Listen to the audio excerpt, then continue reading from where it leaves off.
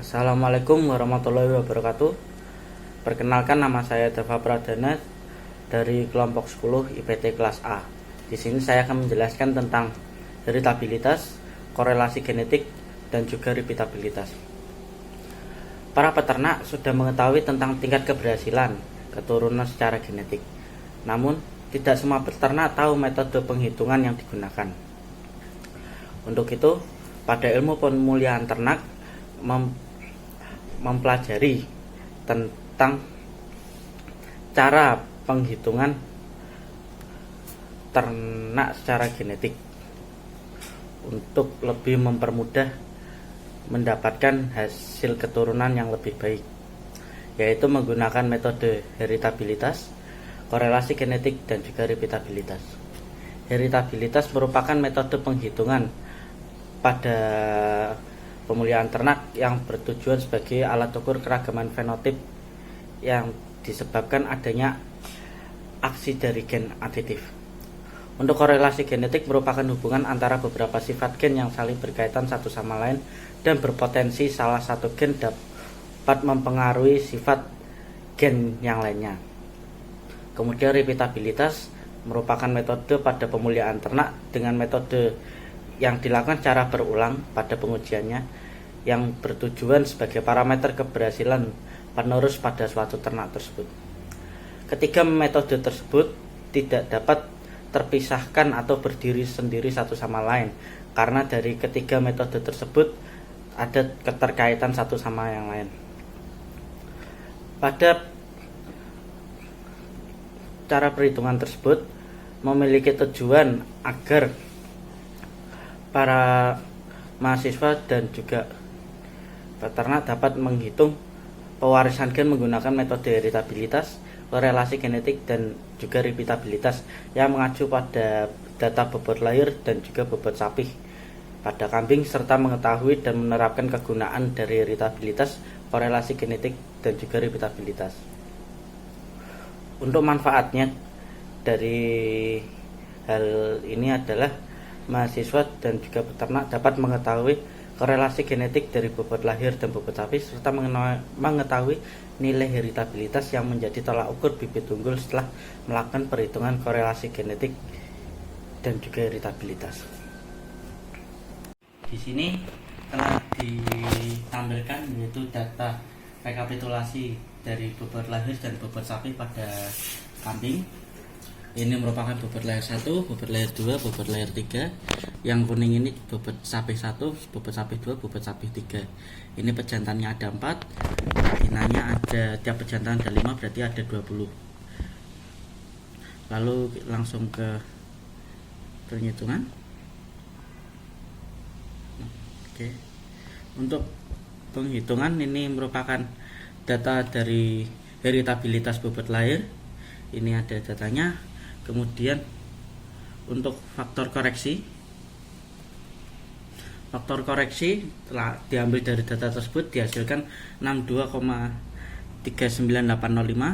Kemudian untuk jumlah kuadrat antar pejantan atau JKS setelah dihitung menggunakan rumus tersebut didapatkan hasil 0,6573. Kemudian ada jumlah kuadrat antar anak dalam pejantan atau JKW, ini menggunakan rumus seperti ini dan didapatkan hasil 0,01162.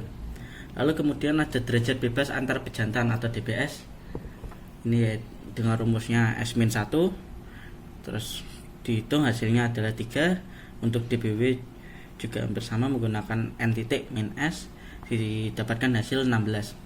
Kemudian untuk kuadrat tengah antar pejantan atau KTS menggunakan rumus JKS per DBS dan didapatkan hasil 0,21691. Lalu untuk kuadrat tengah antar anak dalam pejantan atau KTW menggunakan rumus JKW per DBW dan didapatkan hasil 0,000722625. Untuk kuadrat tengah harapan antar anak dalam pejantan atau KTHW hasilnya sama dengan hasil pada perhitungan KTW, yaitu 0,000722625. Lalu untuk KTHS atau kuadrat tengah harapan antar pejantan menggunakan rumus KTS min KTW per K didapatkan hasil 0,04323675. Lalu untuk heritabilitas didapatkan hasil dari rumus yang ini, terus lalu didapatkan hasil 3,93392171 atau bisa disederhanakan menjadi 3,93. Ini merupakan daftar sidik ragamnya dari heritabilitas bobot lahir, bisa dilihat. Lalu kemudian ada pendugaan nilai bobot sapi, juga sama dari untuk heritabilitas. Ini datanya, hitungannya juga ada. Terus langsung faktor koreksi. Faktor koreksinya yaitu rumusnya sama seperti tadi, didapatkan hasil 1288,0125. Lalu untuk yang kedua JKS didapatkan hasilnya 3,8095. Lalu untuk jumlah kuadrat antar anak dalam pejantan itu rumusnya sama persis seperti sebelumnya, ini sampai yang heritabilitas ya, dapatkan hasil 9,408. Lalu untuk DBS derajat bebas pejantan dan juga derajat bebas anak dalam pejantan masih hasilnya sama seperti yang sebelumnya, yaitu untuk DBS 3, untuk DBW 16. Lalu untuk KTS nya menggunakan rumus yang sama, ditemukan hasil 1,269833333. Lalu untuk kuadrat tengah antar anak dalam pejantan atau KTW rumusnya sama, hasilnya yaitu 0,588. Untuk KTHW juga sama, hasilnya seperti KTW yaitu 0,588. Kemudian selanjutnya ada kuadrat tengah harapan antar pejantan atau KTHS. Setelah dihitung dapatkan hasil 0,136366667. Lalu untuk yang terakhir yaitu heritabilitas.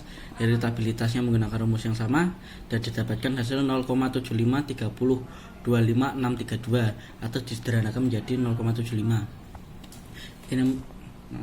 Ini merupakan daftar sidik ragamnya.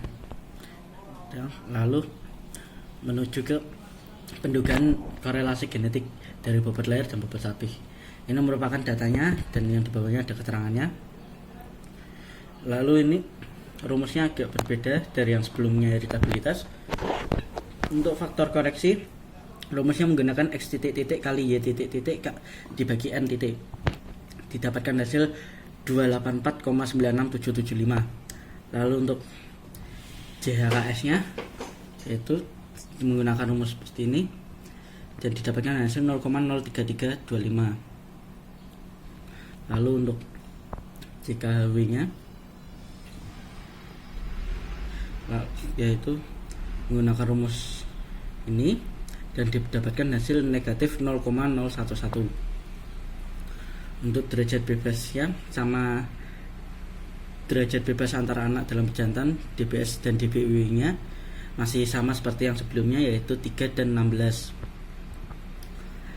Lalu untuk yang hasil kali rata-rata antar pejantan atau HKRS dengan menggunakan rumus seperti yang ada dan didapatkan hasil 0,01108333. Lalu untuk HKRW yaitu menggunakan rumus seperti yang ini yang tertera, kemudian hasilnya negatif 0,000687.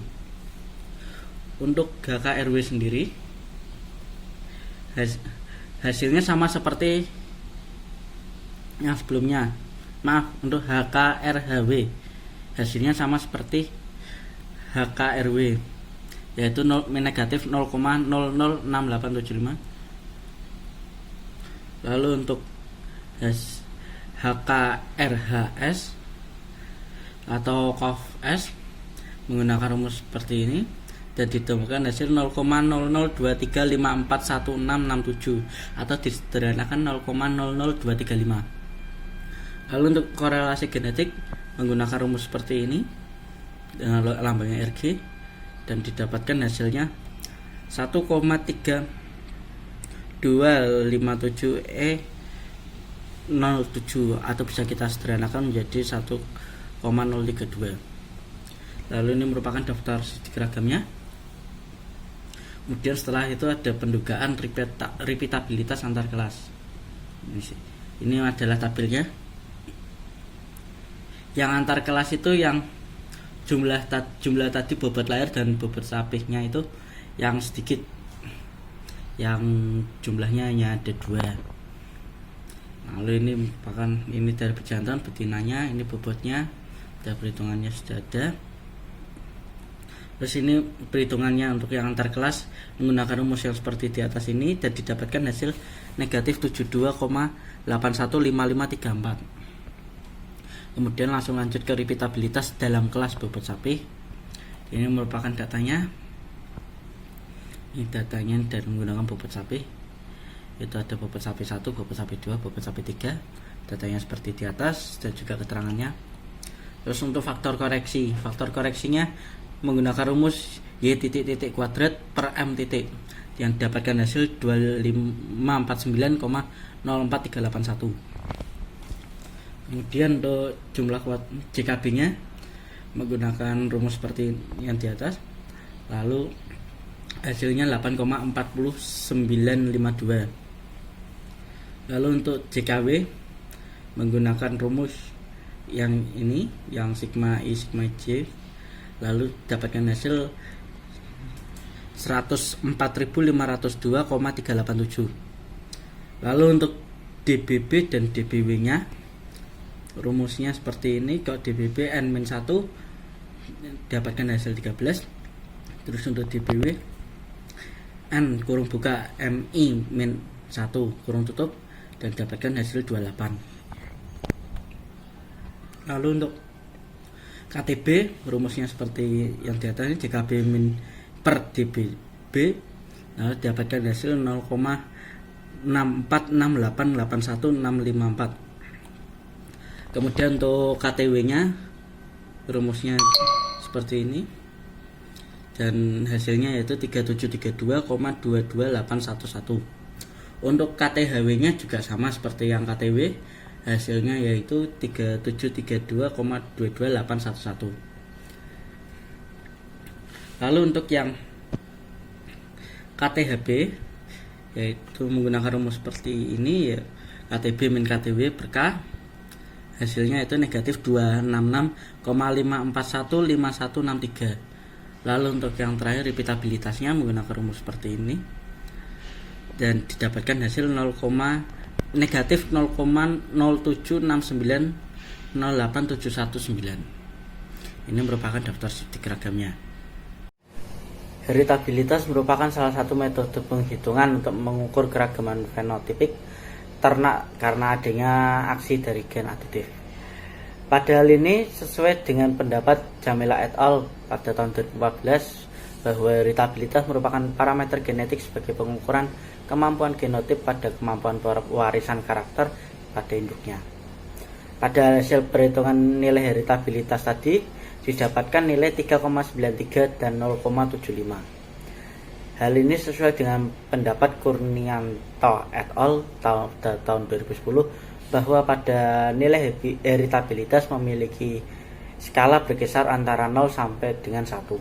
Sehingga hanya pada nilai heritabilitas bobot sapih yang masuk pada range nilai heritabilitas. Perbedaan yang ada pada hasil kedua nilai heritabilitas tersebut disebabkan adanya dua metode analisis pendataan yang berbeda. Pada hal ini sesuai dengan pendapat Tribudi et al. Pada tahun 2019 bahwa perbedaan pada metode pengambilan data dapat berpengaruh pada nilai heritabilitasnya. Kemudian untuk korelasi genetik merupakan suatu hubungan beberapa sifat secara genetik. Hal ini sesuai dengan pendapat Kurnianto pada tahun 2010 bahwa korelasi genetik memiliki keterkaitan antar beberapa sifat yang dapat mempengaruhi sifat yang lain. Pada hasil perhitungan korelasi genetik tadi dapat didapatkan nilai korelasi genetik sebesar 1,032. Hal tersebut tidak sesuai dengan pendapat Hill dan Mulder pada tahun 2010 bahwa hasil tersebut berada di luar zona perkiraan korelasi genetik yang berada pada angka 0, negatif 0,93 sampai dengan 0,97 dan tidak sesuai dengan pendapat Suroso et al. Pada tahun 2011 bahwa nilai korelasi genetik yaitu negatif 1,0 hingga negatif 0,5 untuk rendah, negatif 0,4 sampai 0,4 untuk sedang, dan 0,5 sampai dengan 1 untuk tinggi. Hasil korelasi genetik tersebut disebabkan karena adanya pengaruh pada salah satu sifat yang berkaitan. Hal tersebut sesuai dengan pendapat Robi Salmi dan Dewi pada tahun 2014 bahwa nilai korelasi genetik dipengaruhi gen-gen yang dapat mempengaruhi sifat bawaannya. Lalu untuk repeatabilitas merupakan salah satu pengukuran gen yang dilakukan secara berulang sebagai parameter keberhasilan ternak. Pada hal ini sesuai dengan pendapat dari Sitanggang pada tahun 2018 bahwa faktor genetik dapat dilihat dari repeatabilitas, yaitu kemampuan mengulang keberhasilan selama hidup. Pada hasil perhitungan repeatabilitas antar kelas dan dalam kelas secara berurutan didapatkan nilai yaitu negatif 72,815534 dan negatif 0,07690819. Pada hasil tersebut tidak sesuai dengan pendapat Moristiana et al. Pada tahun 2017 bahwa kedua nilai tersebut tidak termasuk ke dalam range yang berada pada angka 0 sampai dengan 1. Hasil tersebut terjadi karena adanya faktor genetik dan lingkungan yang sesuai dengan pendapat Novenara et al. Pada tahun 2015 bahwa faktor lingkungan terdiri dari musim, iklim, cuaca, suhu, dan kelembaban. Sedangkan faktor genetik berasal dari gen indukan yang diwariskan pada anaknya. Lalu untuk kesimpulannya, berdasarkan hasil perhitungan heritabilitas, korelasi genetik, serta repeatabilitas, dapat disimpulkan bahwa faktor yang mempengaruhi nilai dari heritabilitas, korelasi genetik, dan juga repeatabilitas karena adanya kesalahan dalam penghitungan, metode pengambilan data yang berbeda, dan juga lingkungan serta genetik dari indukan itu sendiri, yang pada hasil perhitungan korelasi genetik memiliki hasil yang lebih besar dan lebih maksimal, sehingga korelasi genetiknya tidak termasuk atau di luar jangkauan dari nilai tersebut. Demikianlah pembahasan tentang repeatabilitas, korelasi genetik, dan juga heritabilitas. Apabila ada kekurangan mohon untuk dimaklumi. Terima kasih. Wassalamualaikum warahmatullahi wabarakatuh.